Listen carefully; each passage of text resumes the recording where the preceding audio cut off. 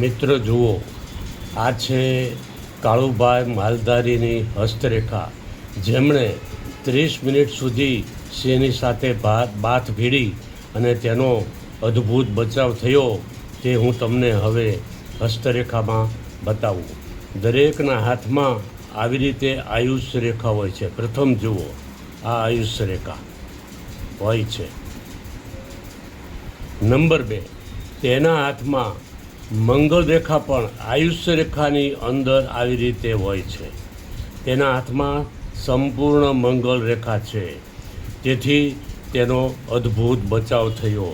આ મંગળ રેખા વ્યક્તિના જીવનમાં બોડીગાર્ડનું કામ કરે છે, ગમે તેવી મુશ્કેલીમાં બચાવ કરે છે. દરેકના હાથમાં આ મંગળ રેખા હોતી નથી.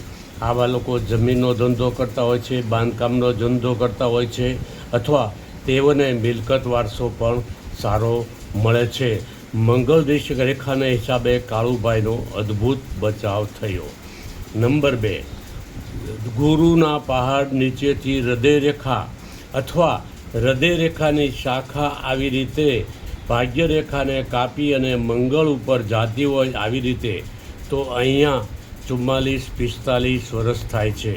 તેથી કાળુભાઈને 45મેં વર્ષે આ સિંહ સાથે બાત ભીડી અને અકસ્માત થયો.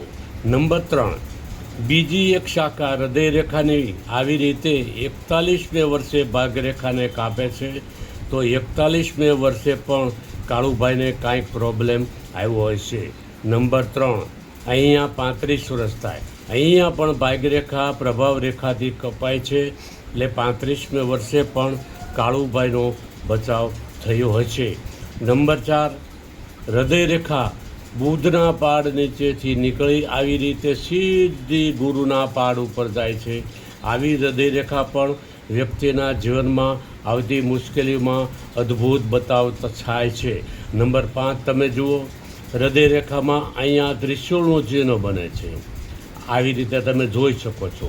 તો આ ત્રિશૂળનું ચિહ્ન પણ વ્યક્તિને મુશ્કેલીમાં બચાવ કરે છે. આવા લોકો માતાજીના ઉપાસક પણ હોય છે. હવે નંબર જુઓ, અહીંયા સૂર્યના પહાડ ઉપર ચોરસનું ચિહ્ન બને છે. આવી રીતે સૂર્યરેખામાં.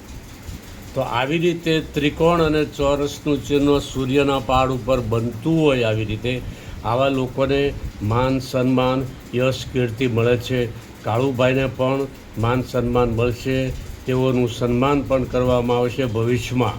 નંબર 5, 50 પછી ભાગ્યરેખા આવી રીતે ગુરુના પહાડ ઉપર જાય છે.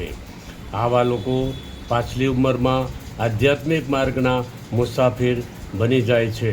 હવે 46, 48, 48, 49, 50 વર્ષ તેના સારા છે. 51માં પણ પરિવર્તન આવશે.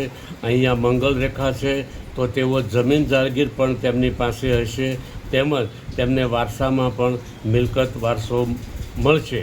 કાંડા પાસે 3 મણિબંધ પૂર્ણ છે, તે પણ લાંબુ આયુષ સૂચવે છે. તો આવી રીતે કાળુભાઈનો અદ્ભુત બચાવ થયો. જે લોકોના હાથમાં આવી રીતે હૃદયરેખાની શાખા નીચે નમી ભાગ્યરેખાને કાપી મંગળ ઉપર જતી હોય છે, તેના જીવનમાં આવા અકસ્માતો બનતા હોય છે. તે પણ મંગળ રેખા સારી હોવાથી આવા લોકોનો બચાવ પણ થાય છે. હસ્તરેખાનો અભ્યાસ પૂરો કરું છું અહીંયા. જય મહાદેવ.